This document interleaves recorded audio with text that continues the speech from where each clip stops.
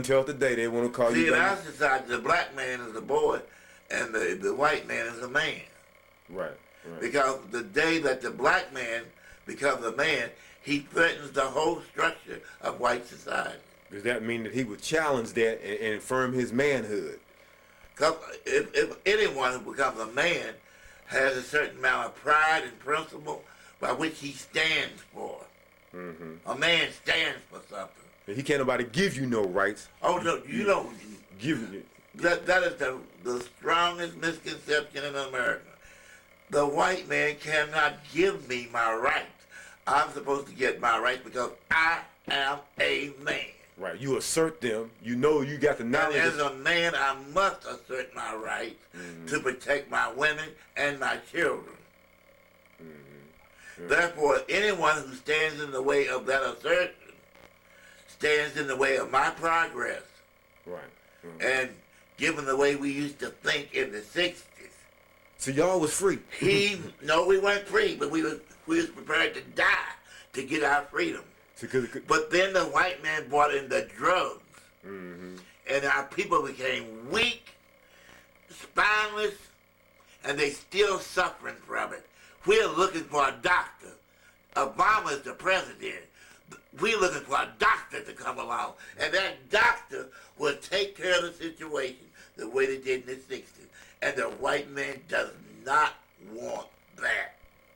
And I don't blame him, because today the black people stand up and say, give me liberty or give me death, the way Patrick Henry said it in Virginia. He better watch out. And you know what?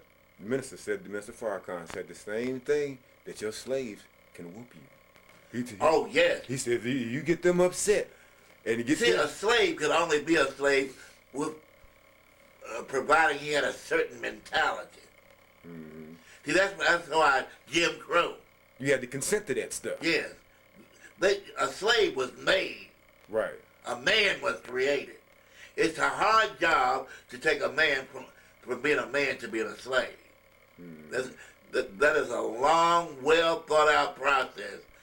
Lynching, you know. If you can get that person to think, Jim Crow. If you get him to think that he's an inferior person, then it automatically works for himself. The way you make him think that is that every avenue of his life, he must feel subordinate to you. That's the Jim Crow. That was Jim Crow period. And the way you enforced Jim Crow was lynching. Right. Because if you couldn't take these separate but so-called equal rules, then we'll lynch you. Right. Right. Like Emmett Till in terror. It's from the very beginning of slavery. You have to put terror. And terror, whether it be called Ku Klux Klan or what, it was nothing but domestic terrorism. Right. That made black people slaves. It would still exist even until today. Oh, I've seen some black people that claim they're so bad, they scare the white folks when it boils down to it. Because the white man knows that the day that black people are not afraid of him, he's in trouble. Right. But one thing I never could understand, that in our society, the black man or woman, I get some women think I'm not talking that, but the black man has a hard job. And a lot of this is brought on because women are, some will. See, the basic, I guess what I'm trying to say, from our African culture, a man by nature is the warrior. Right. Now we seen that in Roots. He had to go through the manhood training and all that. That was even before, all the way through African history. It was the job of the male to protect. He was a warrior. If he couldn't do that, he wasn't a man. That's right. As far as like the crops and keeping the house going, that was the woman's job. That was the domestic work of the and often I think that when people say, well, why come the black woman, she'll work and she get food and she take care of the kids, that has been her role throughout our history. It's been ingrained. Before we came over here. And even during slavery, that role was still reinforced. That came before slavery. And she was already adapted to that role. Right. Now the male was a stud horse during slavery. We were the ones kept back. Right. Well, sex has always been in the world, but because the whites they could accept the sexual role for procreation. They regulated our sexual behavior. Yeah, but during slavery. I'm talking about the serious role of the black man was a warrior, whether it was with other tribes or anybody from the exterior. Slavery took that away. That was taken away. You couldn't have no warrior. You couldn't have. Occasionally they would rise up like Tucson all over to them. Right, it took Haiti. Yeah, that would rise up in them. It was there all along. That is the nature. Sometimes they would talk about how black men are the cold camps or this or that. How they would fight among each other and do it. They would not, they had, although slavery was able to wipe that particular position out against white men, black men practiced it among themselves. You're right. Black on black crime is still going on. Right, and it was right. Because a black person will kill another black person over something that he would just turn something small, something. But he won't kill, he won't bother. Even when Sister Soldier said, take a holiday. That's right, that's right. But see, white America they didn't like care. That. They don't care when it's happening within your community, the black community. But when you go outside and externalize it, they put you in jail.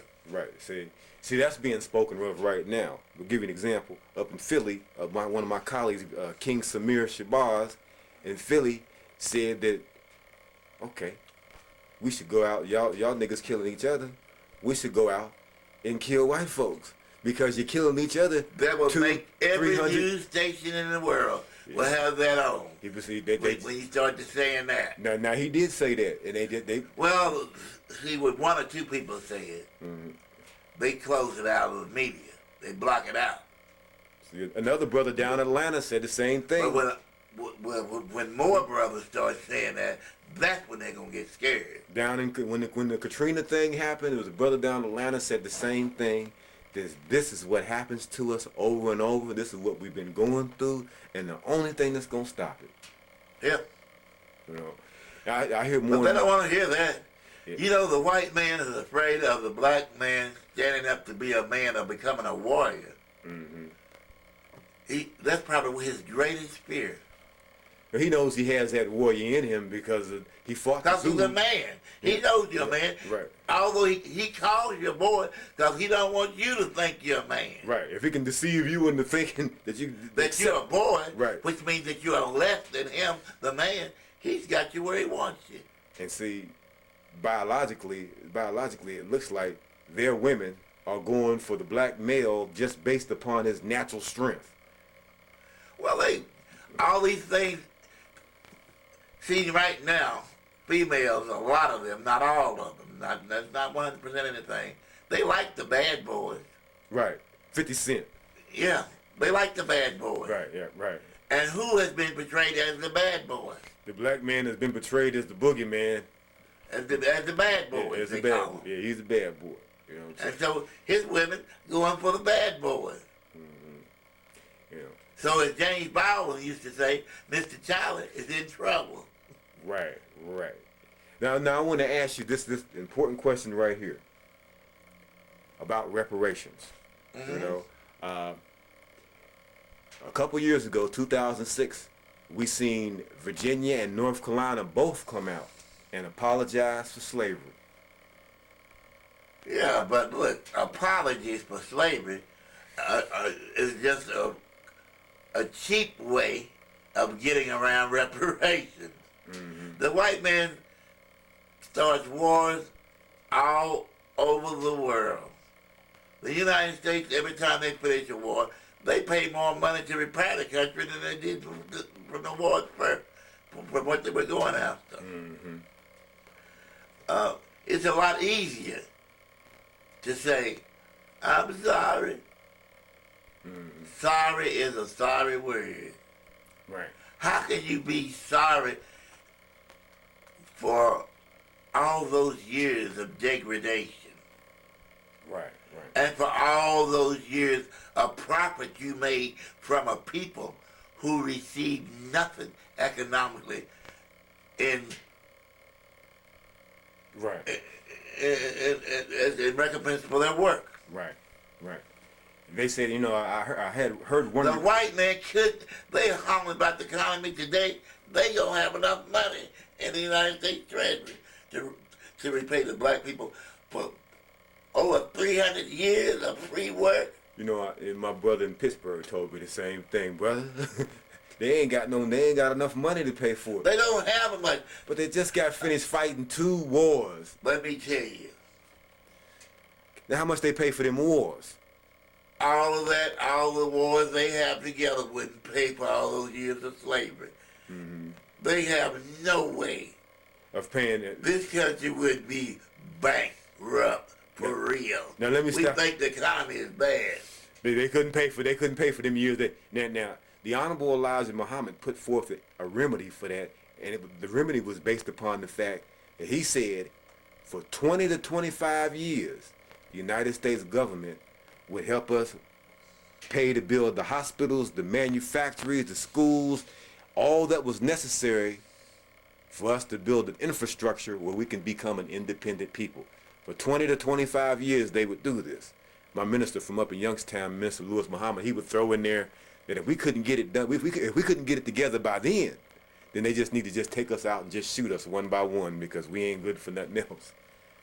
You know, those things to do another type of infrastructure, but where are they going to put them?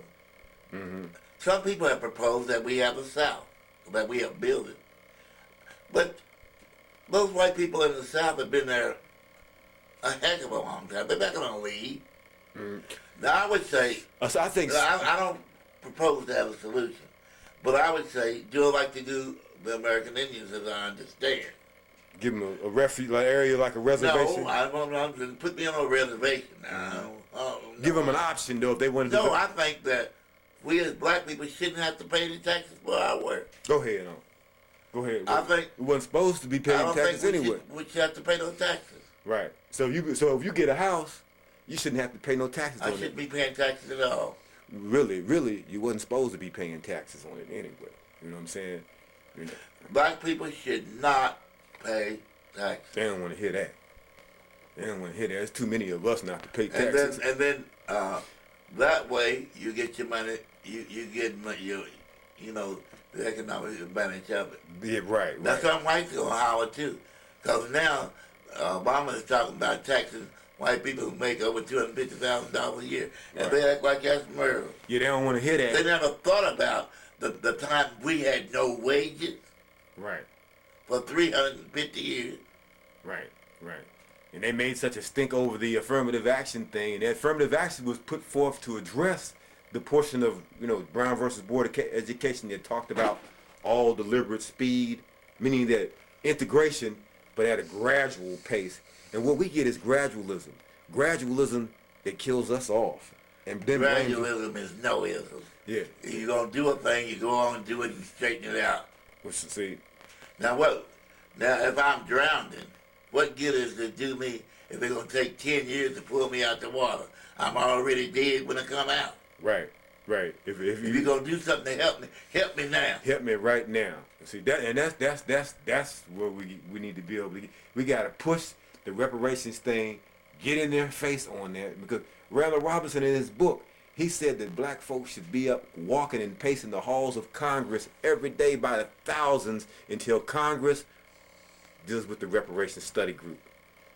They won't even consider it as a study. They will not touch it. Because they already know what the result will be. Mm-hmm. They locked the Japanese up in those little camps. What they call them? Internment camps. And what? Internment camps. Yes. They locked them up, and that considerably a short time, really. Right. Considering where they do things on a large scale. But they paid them reparations. Wasn't that much though? What was it, like $10,000 a piece or something like that? Yeah. But even $10,000 the way the economy is now would be good. But I don't think they'll do that though. But so I say taxes. They ain't heard because of something they ain't got. West Virginia complained about that piece where the United States had compensated or gave the Japanese reparations. The West Virginia legislators sent an objection to that to the United States Congress. Right? They said, we object to that. The West Virginia legislature would have some type, some number, a considerable number of its members that would object to anything for any person of color. Right. It always has, just about. There are some cases where they've been, I think, maybe halfway fair. Right. But in most cases, I think racism, prejudice, and outright lack of concern for people of color has affected much of the history of West Virginia. Although in the beginning, West Virginia probably was considered an area that would be sort of liberal toward black people. Right, right. Because if you're coming from the South, from states like North Carolina, South Carolina, Alabama, Mississippi, Georgia, Louisiana. Yeah, you're trying to get up through here. Yeah. And in some cases, according to what I understand, the Underground Railroad did not get a lot of rejection up through here. Because you remember the Ruffner pamphlet and all that stuff in West Virginia, the Ruffners, they weren't not the most liberal, but for its time it may have been. West Virginia is a very much misunderstood state. It fluctuates throughout the state too, like because it's both. It shows elements of liberality, yet it has deep roots. Confederate, a strong Confederacy. Yes, right, it does. right. See, only 4 counties of West Virginia's 55 counties are above the Mason-Dixon line. Right. And people didn't forget that. Mine is not above the Mason-Dixon. It's just no, it's on the line. Right. The Mason-Dixon line runs across, right through Pennsylvania and Maryland, right. Yeah, that panhandle. You can go up. Up there where they have the Mason-Dixon Park. Talking about Wheeling and all that up there? No, it's not up that far. Wheeling is definitely above. Ohio, Brook, and Hancock counties are above the Mason-Dixon line. But everything else in West Virginia is below. Right. Well, do you think the governor of this state, right? We hear a lot of talk about the governor of this state, right? And Sister Janice Rahim, she said, he's a racist from Wheeling. Yeah. She said, well, Manchin, he's a racist. And a lot of the black folks that I talk to about Manchin, they say he's a racist. Now you Well, let me put it like this. Now, in our society, you have to be careful about calling people a racist. But I just say like this: what he has done, and as I see him, he is not the best friend of the black man. Right. But I maybe would fall short of publicly calling him a racist. Right. And see, I haven't done the same. I haven't said that because I've met him. But I wouldn't list him among the black man's best friends. Right. Well, let me, because I asked you that, right? But let me tell you, right, that I've met him at least 3 times over the last year, and I don't never get up in front of him and say, Joe, I think you're a racist, Governor, I think you're. No. That wouldn't do that. That wouldn't be wise, right? But what I do is like. Well, if he was. If he did something there at that point. When a white man exhibits toward black people a certain degree of racism, there's nothing wrong with calling him a racist. Right. A racist. Right. Because you call an apple, an orange is an orange, and a racist is a racist. But he has done nothing overtly, right. That's why that would declare him being officially called a racist. Well, Manfred Holland raised the question when Joe got into office, his first term, right? One of the first things he did was to fire Manfred Holland. And Manfred he had been in corrections for years, right? The first thing he asked, he said, I don't know if it has anything to do with race or not, but I was told through the grapevine one of the reasons that Joe got rid of him is because Manfred did not campaign for him. Then Manfred Manfred was real dark, and Joe's got that Italian machismo going on, right? You know what I'm saying? That Italian macho thing going on. But like that, let me tell you this to get that stuff. Man, these Italians often exhibit extreme racism in America, white black. Now I've been to Italy, and it's not as racist white black as the Italians over here. That's a good point. But let me tell you this, it was something that was passed on to me. An Italian is nothing but an African that can swim. Right, because from where Sicily was at, Sicily wasn't nothing but just swim that little distance, and it's right over there with them. But see, and I've traveled in Italy.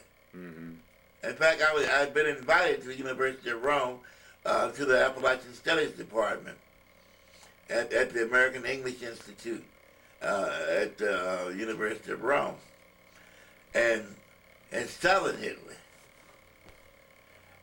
I would say that I felt I'd met my cousins. Right. They weren't my brothers or sisters. I didn't see them that close. But I'd say they were my cousins. And of all the European countries, I felt more at home in Italy.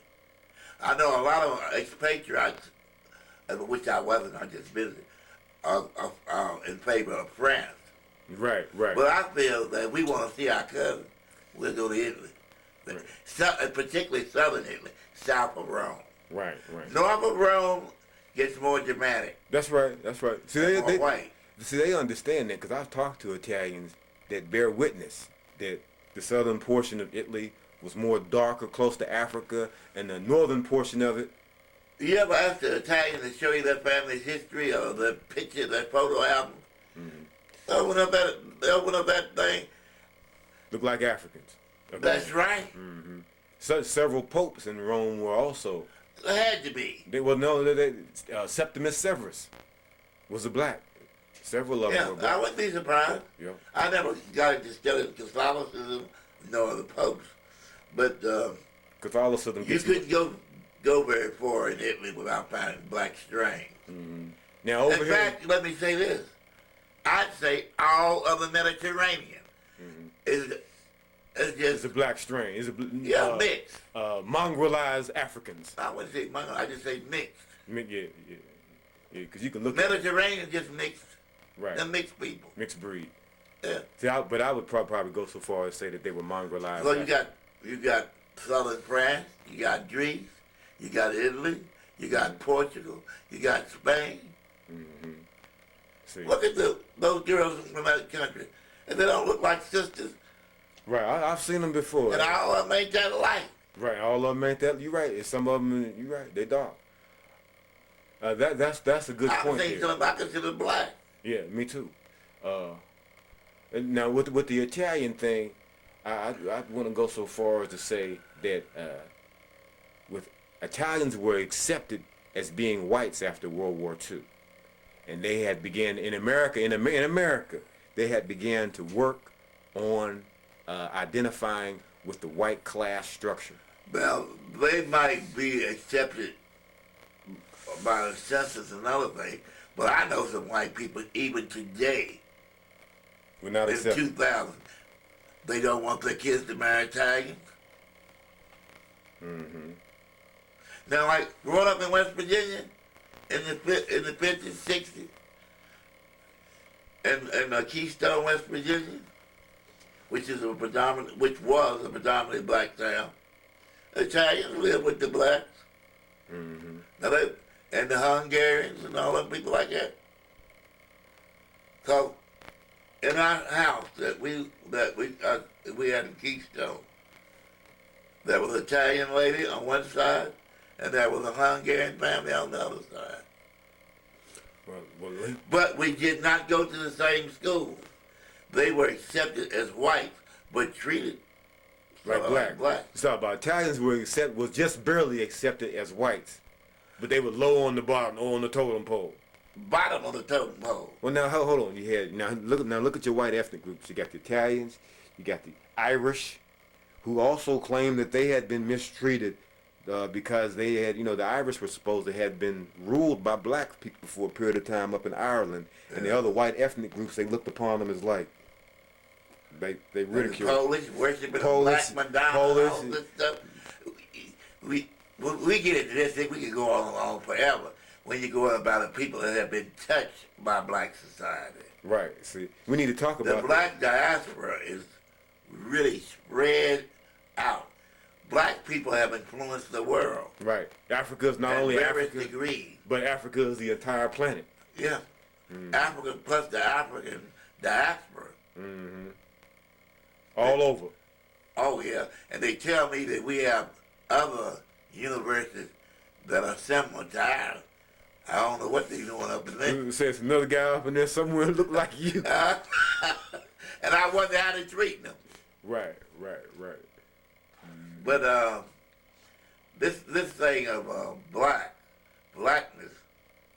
blackness, as Kenneth Stamp called slavery, is a peculiar institution. But I think blackness is a grand institution because from it has formed the civilized world.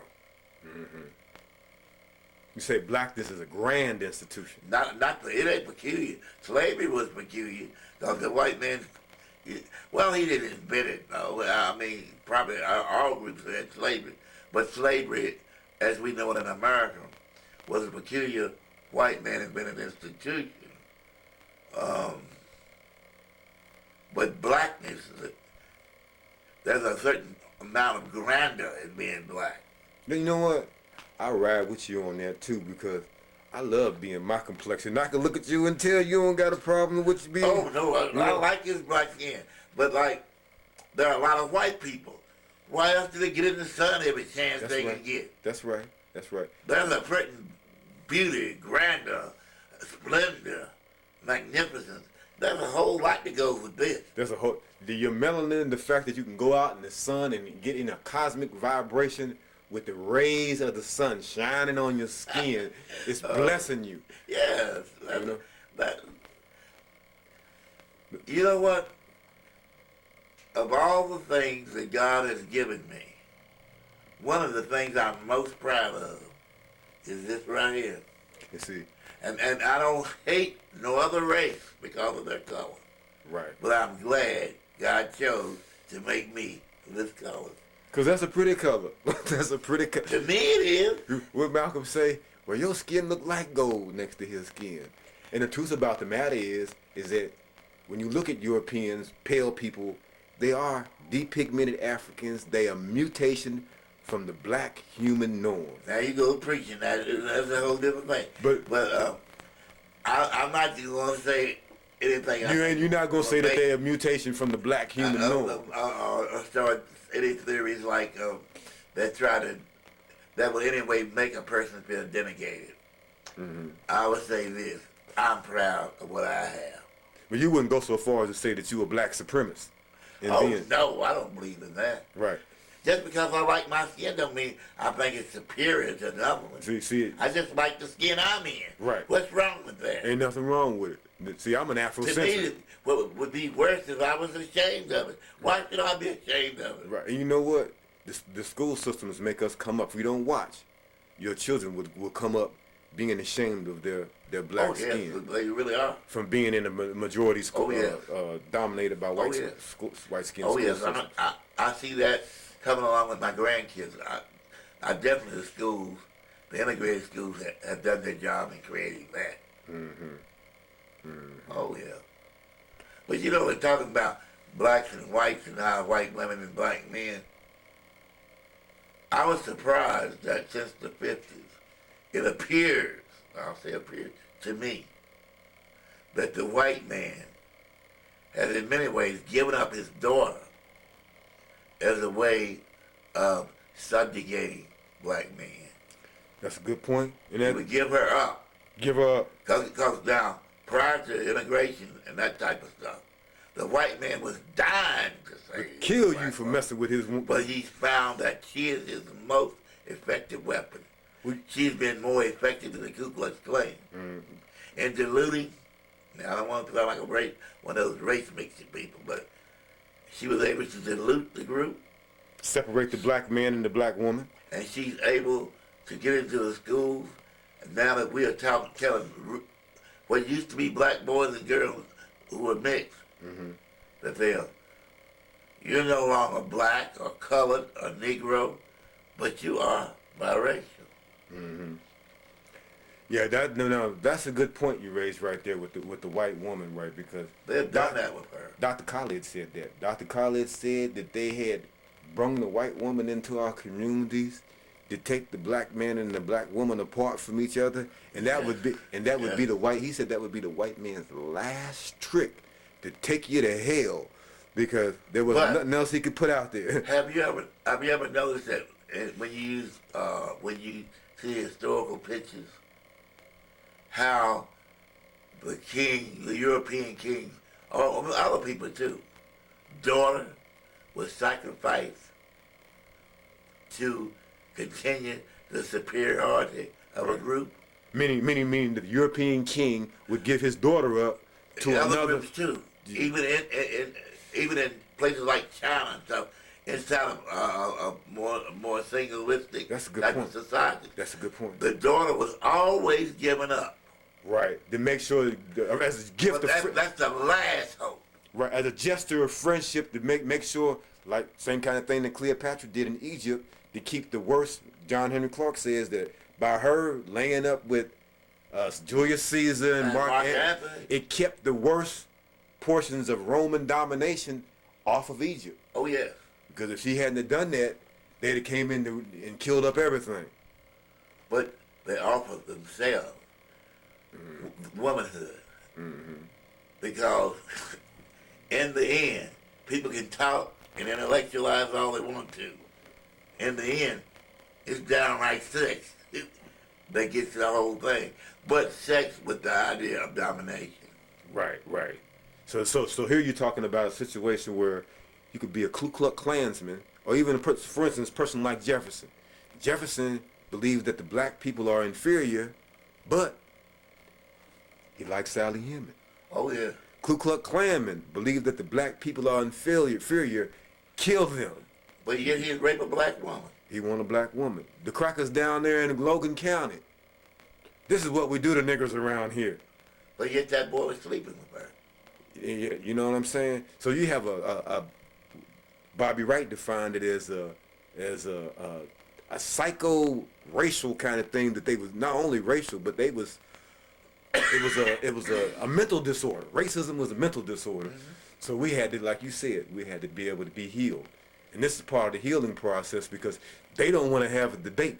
And really, they the inflictors of it and the benefactors from it, so it should be us getting together amongst each other and having the post-traumatic stress classes and so forth to help us get beyond this stuff. Did you see that wonderful movie by Denzel Washington and others, The Great Debater? I remember you would tell me about that, man. You remember now, Wiley College, a little old black college in Texas, beat Harvard University debating, in a formal debate. Harvard, the great Harvard University. In a debate. Mm-hmm. See, and the subjects that were being used in the debate on the movies, I haven't really done any historical research on what actually happened, because that's supposed to be true, that I have not, went back and do a historical documentation. But the black kids had a natural, the black kids had a natural winner when they're going to debate race. How can the white man really